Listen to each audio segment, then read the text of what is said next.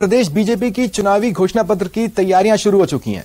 देखिए, हाल ही में बीजेपी चुनाव संकल्प पत्र समिति की घोषणा हुई और कुछ ही घंटों बाद यह जानकारी मिल रही है कि इसकी पहली बैठक भी बुला ली गई है। यह पहली बैठक बुलाई गई है कल यानी मंगलवार को। तो मंगलवार को इस समिति की पहली बैठक होगी। इसके अलावा बीजेपी के राष्ट्रीय संगठन मंत्री बीएल संतोष हैं, वो इसकी बैठक लेने वाले हैं। लेकिन ज्यादा सुर्खियां बटोरेगी चुनाव प्रबंधन समिति की बैठक, वो भी बीएल संतोष ही लेंगे, क्योंकि देखिए टाइम टेकिंग जॉब है। मैनिफेस्टो को बनाना, उस पर कई दौर की वार्ताएं होंगी और अमूमन जैसे कि परिपाटी रही है वोटिंग जो जितने भी चरण में वोटिंग हो, अगर एक ही चरण में होती है तो वोटिंग के डे से कुछ दिन पहले मैनिफेस्टो बीजेपी जारी करती रही है। ऐसे में इस कमेटी को तो अभी लंबा सफर तय करना है, लेकिन चूंकि चुनाव प्रबंधन ये सबसे महत्वपूर्ण हो जाता है, ऐसे में सबसे ज्यादा निगाहें इसी समिति की बैठक पर कल रहने वाली है। इधर कांग्रेस वर्किंग कमेटी का ऐलान हो चुका है। राजस्थान से इसमें सचिन पायलट हैं, महेंद्रजीत सिंह मालविया हैं, बाड़मेर के बायतू विधायक हरीश चौधरी हैं। हरीश चौधरी को सीडब्ल्यूसी सदस्य बनाने के बाद उनके आवास पर बधाई देने वालों का तांता लगा है। बड़ी संख्या में लोग उन्हें बधाई दे रहे हैं। सीडब्ल्यूसी सदस्य बनने के बाद पहली बार न्यूज 18 राजस्थान से खास बातचीत करते हुए हरीश चौधरी ने कहा कि पार्टी ने मौका दिया है, उसका आभार जताता हूं। आने वाले विधानसभा चुनाव में राहुल गांधी के विजन, महंगाई, बेरोजगारी, गरीबी और अमीरी के बीच खाई को पाटने का काम करेंगे। वहीं सचिन पायलट को सीडब्ल्यूसी सदस्य बनाए जाने और अशोक गहलोत और पायलट के बीच विवाद पर हरीश चौधरी ने कहा कि कांग्रेस एकजुट होकर चुनाव लड़ेगी। राजस्थान में कांग्रेस एकजुट है और नेता ही नहीं, तमाम कार्यकर्ता एकजुट है और हम राजस्थान में कांग्रेस की राजनीति विकास की राजनीति है। कांग्रेस की राजनीति महंगाई की, गरीबी और अमीरी को खाई को पाटने की राजनीति है। कांग्रेस की राजनीति सद्भावना की है। तमाम जो विकास के कार्य कर रहे हैं और तमाम ये दूसरे कार्य कर रहे हैं, उसको लेकर लोगों के बीच में हम लोग जाए। सिर्फ और सिर्फ जीतने का ही क्राइटेरिया राजस्थान के अंदर कांग्रेस पार्टी ने तय, जो जिताऊ है और टिकाऊ है वो उन लोगों को राजस्थान के अंदर टिकट मिलेगा। और इस संदर्भ के अंदर कई दौर के अंदर हम लोग प्रयास कर रहे हैं। आने वाले सप्ताह के अंदर हर जिले के अंदर पीसी के सदस्य जाएंगे, फिर स्क्रीनिंग होगी और फिर सीट होगी। तो तमाम पहलू को ध्यान में रखते हुए ये निर्णय। केंद्रीय जल शक्ति मंत्री गजेंद्र सिंह शेखावत जैसलमेर पहुंचे। उन्होंने मीडिया से बातचीत के दौरान कांग्रेस पर निशाना साधा। शेखावत ने कहा, दिन गिनकर कांग्रेस सरकार निकाल रही है। गहलोत सरकार में मजदूर, व्यापारी, युवा सभी त्रस्त हैं। वहीं राजस्थान में नेतृत्व और वसुंधरा राजे के सवाल पर गजेंद्र सिंह ने कहा, राजस्थान में बीजेपी पीएम मोदी के नेतृत्व में चुनाव लड़ेगी। वसुंधरा राजे को लेकर कहा कि वसुंधरा जी पार्टी की वरिष्ठ नेता हैं। राजस्थान में बीजेपी पूर्ण बहुमत के साथ सरकार बनाएगी। मुझे लगता है कि हर एक समिति में सभी लोग हैं, ऐसा होता नहीं। चुनाव प्रबंधन की समिति बनी है, कुछ नए लोगों को जिम्मेदारी दी है। इसमें आदरणीय वसुंधरा जी हमारी राष्ट्रीय उपाध्यक्ष है, आदरणीय राजेंद्र जी हमारे नेता प्रतिपक्ष है, आदरणीय सतीश सिंह जी हमारे उपनेता प्रतिपक्ष है, आदरणीय परनामी जी हमारे पूर्व अध्यक्ष है, आदरणीय अरुण चतुर्वेदी जी हमारे पूर्व अध्यक्ष है, आदरणीय कैलाश चौधरी जी हमारे भारत सरकार के मंत्री हैं। किसी का भी नाम नहीं। मुझे लगता है कि इसको लेकर के इतनी ऐसा होने की कोई न तो आवश्यकता है, मुझे तो पार्टी अपने हिसाब से आगे तय करेगी। शीर्ष नेतृत्व किसको क्या जिम्मेदारी देनी है चुनाव में। कांग्रेस के मंत्री विधायक प्रदेश चुनाव समिति के फैसले के अनुसार ही टिकट के लिए ब्लॉक और जिला स्तर पर आवेदन करेंगे। मंत्री गोविंद मेघवाल ब्लॉक स्तर पर टिकट की दावेदारी जताएंगे। टिकट की चयन प्रक्रिया के लिए कांग्रेस की ओर से ब्लॉक और जिला स्तर पर आवेदन लिए जा रहे हैं। प्रदेश चुनाव समिति के सदस्य कैबिनेट मंत्री गोविंद मेघवाल ने कहा कि इससे टिकटों के चयन में पारदर्शिता आएगी और जिताऊ चेहरों को टिकट मिलेगा।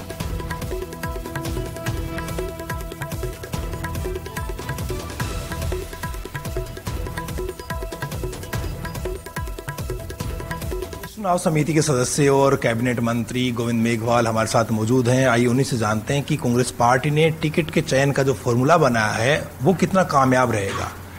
गोविंद मेघवाल साहब, ब्लॉक लेवल पर मीटिंगें हो रही हैं, आवेदन लिए जा रहे हैं, क्या आपको लगता है कि जो वहां पर आवेदन देगा उसको टिकट मिल जाएगा?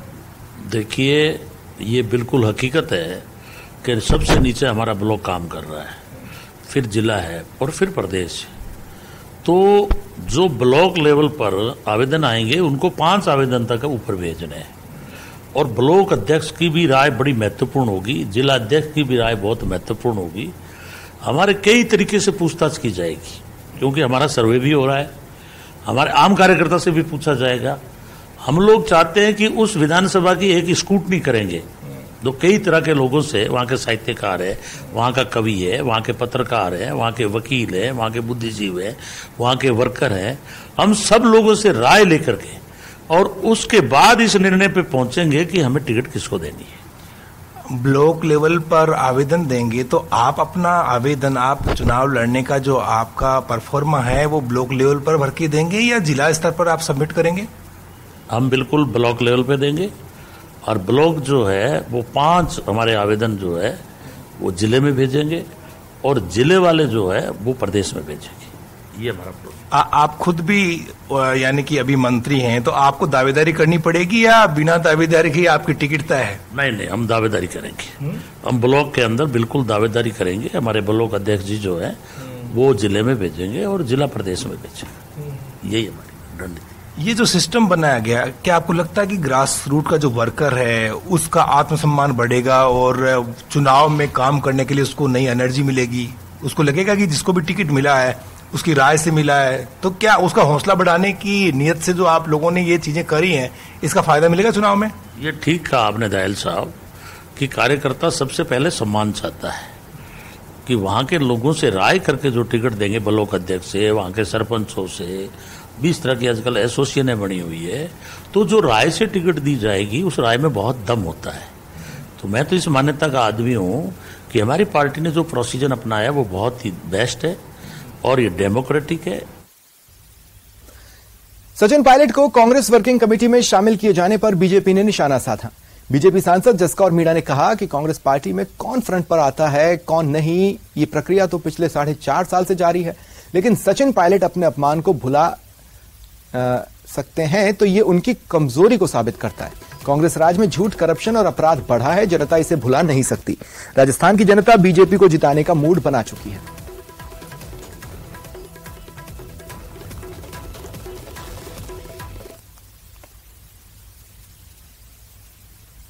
देखिए, कांग्रेस में कौन फ्रंट पे आता है, कौन पीछे रहता है, ये तो उठापटक उनकी 4 साल से 5 साल से चल रही है।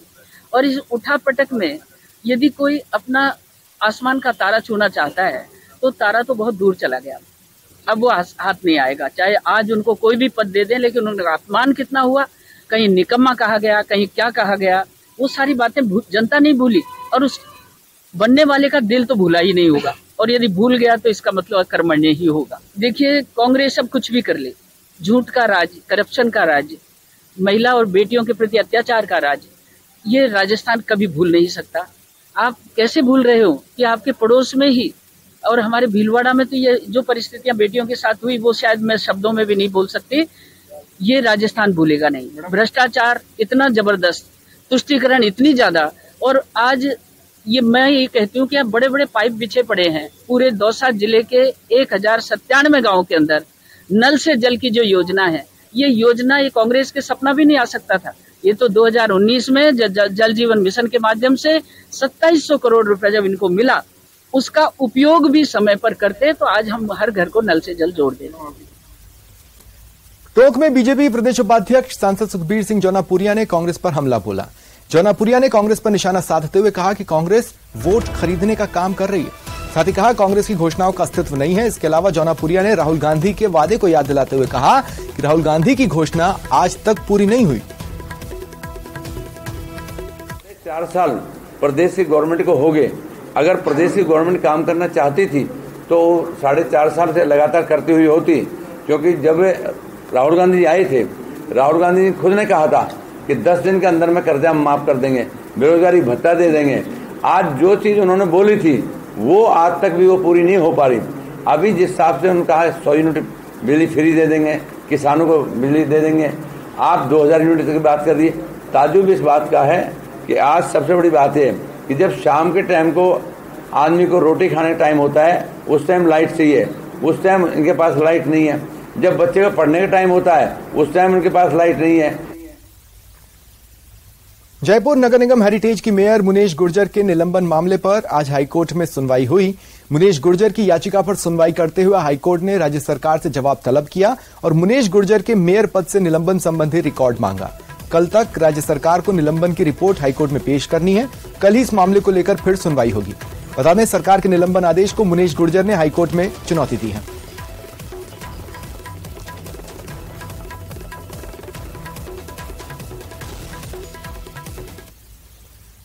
और चलिए रुकते हैं